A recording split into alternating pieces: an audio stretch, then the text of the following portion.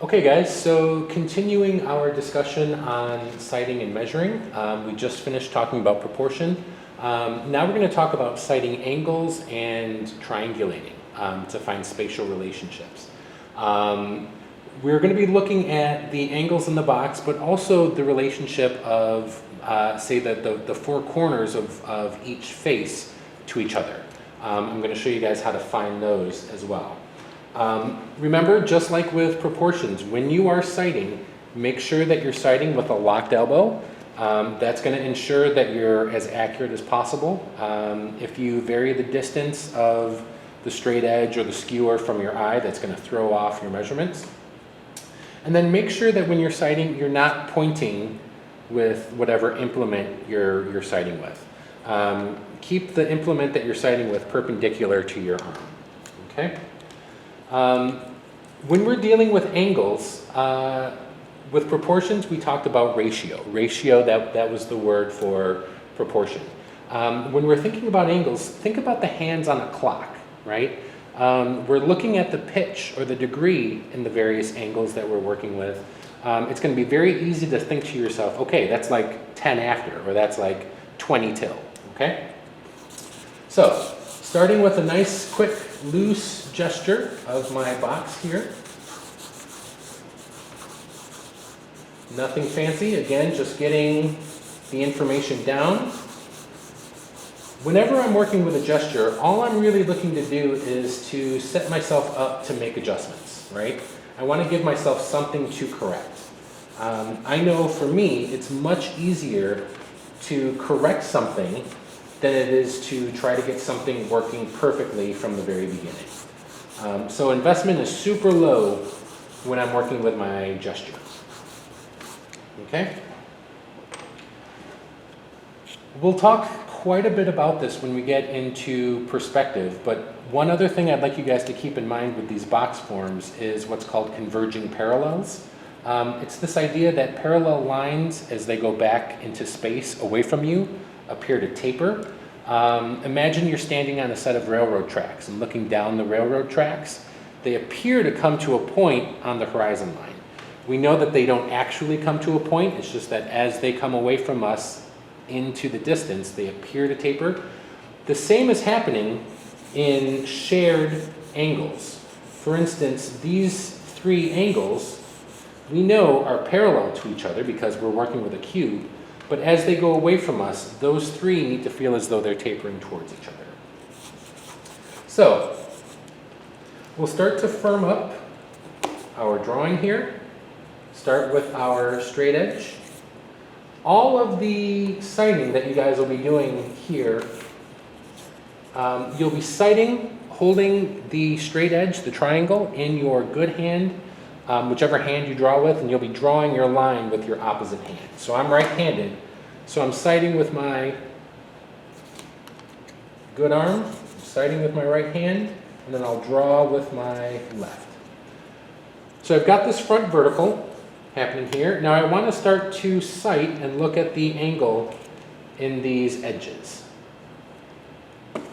Now as I cite, I'm going to be as methodical as possible. I'm going to not rotate my shoulder. I'm going to move as little as possible. So I'm laying this edge across that angle out there and pulling that right into my drawing. When you're drawing these lines, draw them a little bit longer. Draw past your form. Okay? And that's that angle, that top right angle of that cube. Now as I'm citing this bottom angle, I know that I want this to be a little bit more severe, a little bit steeper than that angle, because I want these to feel like they're tapering slightly as they go away from me. And that's what's happening. That's looking pretty good. Okay. So, citing angles, right? Take your straight edge, lay it down right across that angle, pull it as robotically, as stiffly as possible into your drawing. Now, I want to find this back corner, this top right back corner. What I can do, I know that that corner is on this angle. I just don't know where on this angle, right? It could be anywhere on that angle. I'm going to look at the angle from this bottom corner up to that angle, and that's our triangulation. So I'll take my skewer, my longer straight edge, and I'm laying it down like a bridge. When I was sighting the angle, I lay my straight edge across the angle. Out here now, I'm going to lay my skewer across these 2 points. Front bottom corner, top right back corner. And that is the angle that those 2 points are situated from each other. And you'll see when I draw that, I have just triangulated.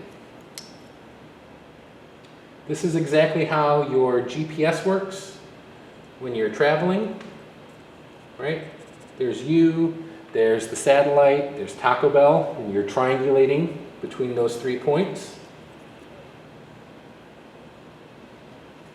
All right? And that tells me where to put that back vertical. Okay? When I cross these points, when I go from corner to corner, what I end up with is the perceptual center of that plane. So this is another benefit of crossing those points. That helps to tell you where the center of that plane is.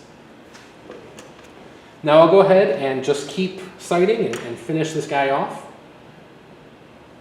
Right?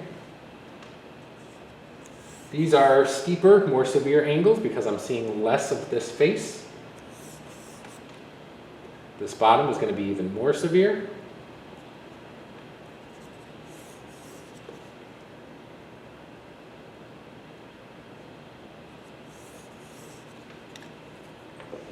Okay, if I take these back farther, I'm good. We can see that yes, indeed, I am tapering. I need to find this back corner, so again, I'm just going to sight the angle.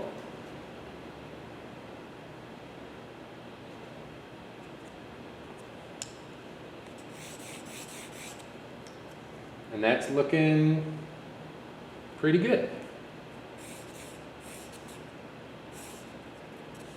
Okay. Again, perceptual center of that plane. I can do a quick proportion check if I want.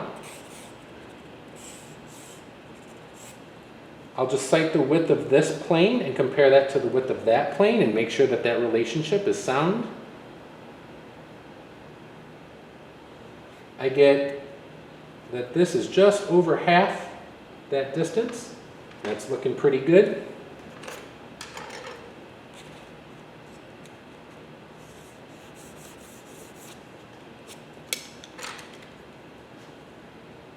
And again, I'll just finish this off. Making sure that I'm suggesting that those converging parallels, that tapering, that's happening.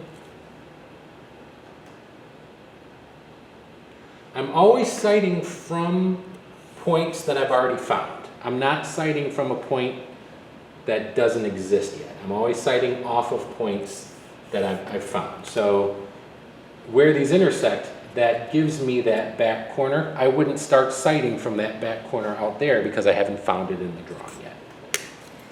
Do a quick double check, look at that relationship, and that looks pretty good. Okay. So, sighting angles, think about the hands on a clock. Think about the pitch, the degree of those angles. Remember your converging parallels. And triangulate, sight from corner to corner to help find the relative placement, the relative location of each point to one another. Okay, good luck.